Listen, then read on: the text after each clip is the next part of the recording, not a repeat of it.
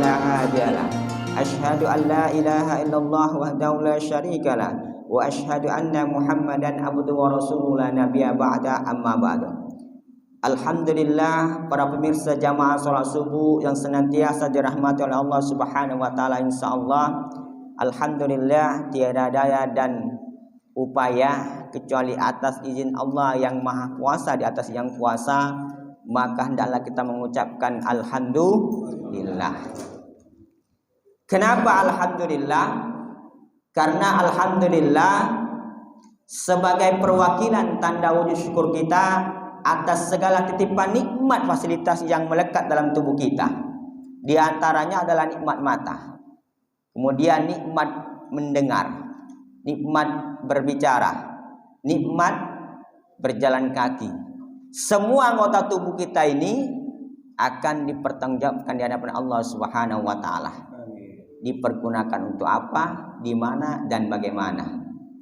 Mudah-mudahan selalu senantiasa dekat kepada Allah Subhanahu wa taala. Amin ya rabbal alamin. Kemudian daripada itu, marilah kita senantiasa untuk berselawat atas baginda kita Nabi besar Muhammad sallallahu alaihi wasallam. Karena dengan selawat ini nantinya insyaallah mudah-mudahan menjadi syafaat di alam hidup semasa kita hidup, di alam kubur kita, dan bahkan nantinya insyaallah di alam kubur, di alam barzakh, di yaumil akhir. Oleh karena itu, mohon izin kepada ketua masjid beserta semua jajarannya dari A sampai Z, kemudian para RT dan RW selaku pemerintah setempat, kemudian kepada ayah bunda yang tercinta dan anak-anakku generasi bangsa, generasi agama yang insya Allah meneruskan perjuangan agama kita, yaitu yang sudah dituntunkan oleh Allah melalui Rasulullah SAW, tangan kanannya Allah yaitu Nabi Muhammad SAW. Alhamdulillah, para jamaah yang insya Allah senantiasa dirahmati Allah Subhanahu wa taala. Insya Allah ya, sudah saya konsep. Judulnya larangan Rasulullah SAW terhadap anak-anak yang keluar rumah. Tapi tidak hanya anak-anak, yang intinya ya selama dia masih makhluk Allah. Jamaah hadirin ya, jangan sampai kita itu hanya menakut-nakuti anak-anak kita keluar. Jangan keluar nak ke rumah lah maghrib, lah nak dekat sore, nak dekat maghrib. Kalau pajak dijelaskan, kenapa jangan ditakut-takuti, ya ada kontrol lah, apalah, ya kan? Tapi dijelaskan tuntunan Rasulullah SAW.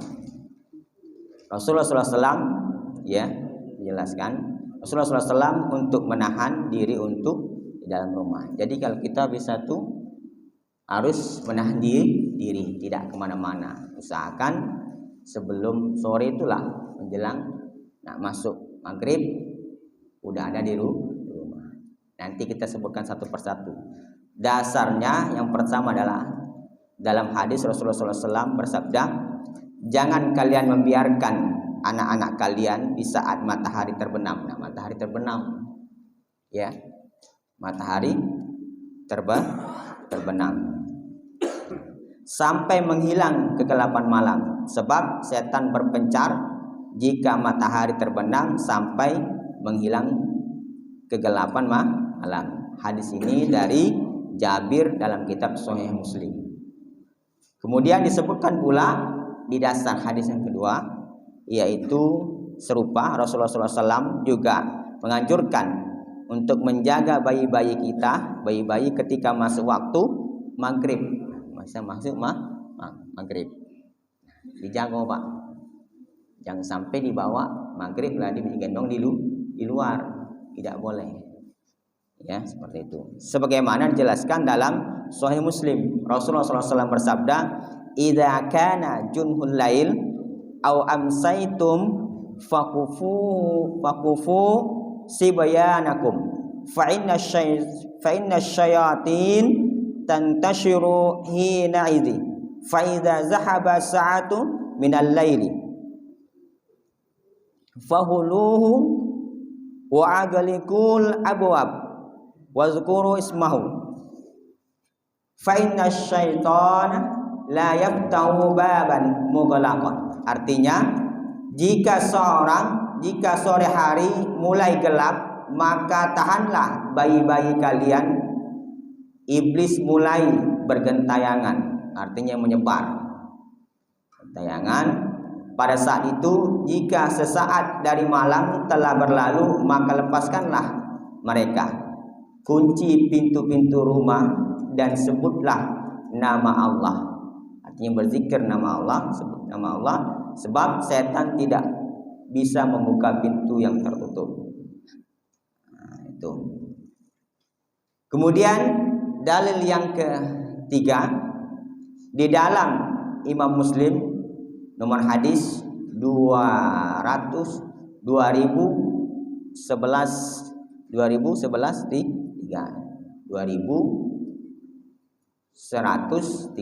seperti itu.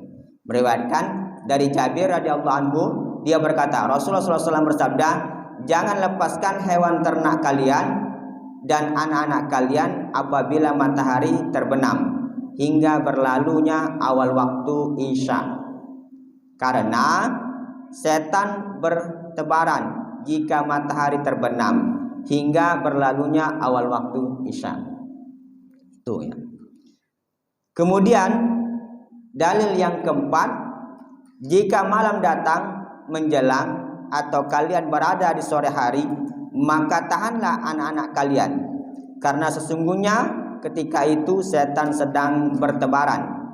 Jika telah berlalu sesaat dari waktu malam, maka lepaskan mereka. Tutuplah pintu dan berzikirlah kepada Allah, karena sesungguhnya setan tidak dapat membuka pintu yang tertutup. Tutup pula wadah minuman dan makanan kalian, dan berzikirlah kepada Allah Subhanahu wa taala walaupun dengan sekedar meletakkan sesuatu di atasnya. Matikanlah lampu-lampu kalian. Hadis riwayat Bukhari nomor hadis 3280 dan di Muslim nomor hadis 2012. Itu dasar-dasar hadisnya. Di hadis yang ketiga dan keempat, yang terakhir ya, jelaskan dulu. Al-Hafiz Ibnu Hajar rahimahullahu berkata tentang hadis yang keempat, maknanya adalah terbenamnya matahari. Artinya sudah mulai matahari itu mau gelap. Maka kalau sholat maghrib, sholat sunnah tidak ada lagi, Pak, karena waktunya mepet. Itu waktu-waktu tidak dibenarkan lagi sholat. Makanya kalau ada orang habis azan, jeda 5 menit langsung azan, langsung qomat. Nah, bahkan ada selesai azan langsung qomat. Itu menghindari orang sholat tadi, karena sudah waktunya tadi, ditakutkan, dikhawatirkan. Apalagi kalau yang baca yang tadi panjang. Itu. Kemudian Ibnu Jauzi berkata, dikhawatirkan pada anak-anak dalam waktu tersebut karena mencari najis atau kotoran ya, yang selalu dicari-cari setan, umumnya akan dapatkan mereka. Sedangkan zikir yang melindungi mereka umumnya tidak ada pada anak kecil. Maksudnya Pak, Ibnu Jauzi ini, anak kecil itu tidak mungkin nak berzikir, nak bermain itulah. Uang tua apalagi kalau tidak biasa berzikir, belum tentu dia nak baca Al-Fatihah sepanjang jalan dari sini ke masjid rumahnya. Apalagi anak kecil. Itu kemungkinan besar akan didapatkan nyantol setan itu, Pak.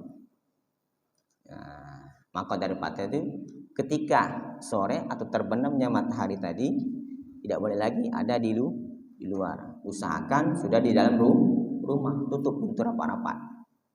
Makanan, minuman tutup juga. Kalau bisa pakai tisu kalau tidak kata yang lain. Ya seperti itu.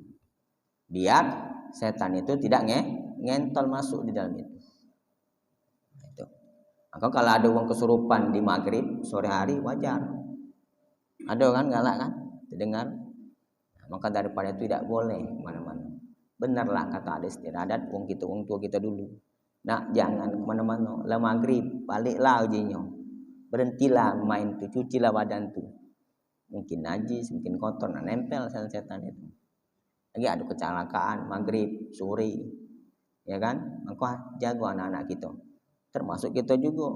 Jangan pula lah begap sore-sore, ya kan? Jangan pula kemana-kemana. Urusi keluarga, ya kan? Ada tanggung jawab seperti itu. Nah, kemudian daripada itu, ya. Setelah itu, nah selanjutnya, adapun latar belakang bertebarannya mereka, maksudnya makhluk gaib tadi pada waktu itu karena waktu malam lebih mudah bagi mereka dibandingkan siang, karena gelap lebih mendatangkan kekuatan bagi setan dibandingkan lainnya. Fathul Bahri, lihat nanti di kitab Fathul Bahri nomor hadis jilid ke-6 nomor hadis 341. Fathul Bahri itu Pak, kalau tidak salah ada 37 jilid. Tidak tahu kalau ada yang lain lebih dari itu bahkan. Seperti itu, ya. Oleh karena itu, kemudian Imam An-Nawawi rahimahullah berkata, di sini mengandung sejumlah ajaran kebaikan dunia dan akhirat. Rasulullah SAW memerintahkan kita untuk melaksanakan adab-adab ini yang Allah jadikan sebagai sebab keselamatan, ya, keselamatan dari gangguan setan, dari gangguan setan, bisian iblis atau sejenisnya. Jadi maka wajar, jangan ditakut-takuti anak tuh. Yuk tahu memang tidak boleh tuntunannya. Jangan takut-takuti. Memang ada makhluk itu Pak. Nah, itu tadi ya, makhluk gaib itu memang aduh, kita sebagai orang beriman harus wajib meyakini itu. Apa intisari daripada beberapa hadis yang tunjukkan tadi? Yang pertama adalah jika waktu sore atau menjelang akan malam, maka tahanlah anak-anak untuk tetap berada dalam rumah. Kalau lah balik kita begawi, jingok dulu, lepas ke tas, duduk ke jingok, perhatikan sudah jam 5 lewat berapa. Nah, cek anak-anak tuh di mana, ada tak di rumah, pastikan seperti itu. Kemudian yang kedua adalah menutup pintu dengan asmaullah. Tutup Pak, setiap nak tutup atas nama Allah. Auzubillahi minasyaitonirrajim. Bismillahirrahmanirrahim. Tutup pintu, tarik. Nak buka juga buka lagi. Kalau nak buka pintu rumah dari depan, ya Allah, ya Rahman, ya Razak, ya Allah, ya Rahman, ya Razak, ya Hayyu ya Qayyum. Birahmatika ala kulli syai'in qadir. Buka. Mudah-mudahan dengan membuka pintu awal itu ada keberkahan rezeki. Bukakan. Seperti itu. Ya jangan dibacakan rugi Pak. Karena kita ni berharap dari Allah, bi asma Allah. Banyak-banyak berdoa dengan asma Allah. Jelas seperti itu. Kemudian daripada itu adalah banyak-banyak berzikir. Tadi berzikir, mengingat Allah. Berzikir itu tidak hanya sholat, tidak hanya baca Quran, dan tidak hanya juga duduk baik termenung, ya, tapi membaca kalimat-kalimat thayyib seperti tahmid, tahlil, tasbih atau la ilaha illallah Muhammadar Rasulullah, seperti itu. Kemudian yang keempat, pastikan makanan dan minuman itu tertutup walaupun hanya dengan selebaran tisu atau apalah daun. Kalau dusun kata tisu daun, yang penting tertutup. Jangan tidak tertutup. Makanan bebas harus tutup, apalagi badan kita. Makanan bebas harus tertutup, apalagi badan kita yang aurat harus tertutup. Nah, dipastikan itu. Jangan sampai kaget setan tuh ngentol, berbahaya. Maka kalau ada kesurupan. Nah, seperti itu. Kemudian daripada itu, yang kelima, pastikan hewan ternak udah di dalam kandangannya sebelum malam akan menjelang. Jadi sebelum sholat maghrib, waktunya maghrib sudah masuk binatang itu dalam ternak kita. Tidak usah lagi diurusi. Yang ada kita siap siaga nak sholat. Seperti itu. Kalau anak batin ada galak ke masjid, suruh ngaji di rumah, sholat di rumah. Pastikan dia sudah mandi, sudah siap-siap nak sholat, seperti itu. Begitu juga anak-anak kita yang balik, seperti itu. Kemudian daripada itu adalah itu yang kelima tadi. Nah, kalimat a'udzubillahi minasyaitonirrajim, ya. Ini ada juga ini tambahan. Kemudian ayat kursi. Jadi perlindungan itu apa yang harus kita amalkan? Yang pertama ta'awuzu, isti'azah. Ya, artinya membaca a'udzubillahi minasyaitonirrajim. Aku berlindung dari godaan syaitan yang terkutuk. Seperti itu. Yang kedua, baca ayat kursi. Kemudian Al-Baqarah. Kalau baca Al-Baqarah itu Pak, Bu, ayat kursi itu Al-Baqarah enggak? Al-Baqarah. Nah, kalau baca, selesai baca itu baca puluh Al-Baqarah Alif Lam Mim itu beberapa lembar. Misalkan sampai 1 lembar. Dirutin Pak. Jadi 1 kali kita baca itu mudah-mudahan selama 3 hari itu tidak mudah terganggu rumah kita. Kalau tidak bisa baca, bisa dengan HP dibantu mendengar. Makanya ada speaker aktif sekarang kan, dimudahkan oleh Allah dengan fasilitas yang ada. Tinggal kita nyok galak ada kira-kira mendengarkan ayat-ayat Allah itu, kalimat Allah. Jangan nak mati baru ditalkinkan dengan kalimat Allah. Selama hidup tidak galak dengar ke kalimat Allah. Rugi seperti itu. Itu. Kemudian selanjutnya adalah yaitu sudah Al-Baqarah tadi. Nah, suci dari hadas. Pastikan kita itu sudah bersih, sudah wudu, bersih, sudah mandi. Ya, biar tidak mudah terkena yang setan tadi, hadis tadi. Nah, kalau kita bersih itu enak Pak. Kalau kita bersih, jiwa kita bersih, maka pola pikir kita pun akan bersih insyaallah. Karena itu sudah sistematis seperti itu.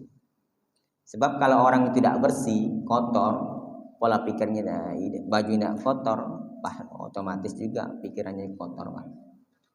Maka daripada itu jaga kebersihan diri kita. Dari hadas kecil dan hadas besar seperti itu. Itu tadi yang harus kita amalkan biar terhindar dari hal-hal yang tidak kita inginkan seperti itu.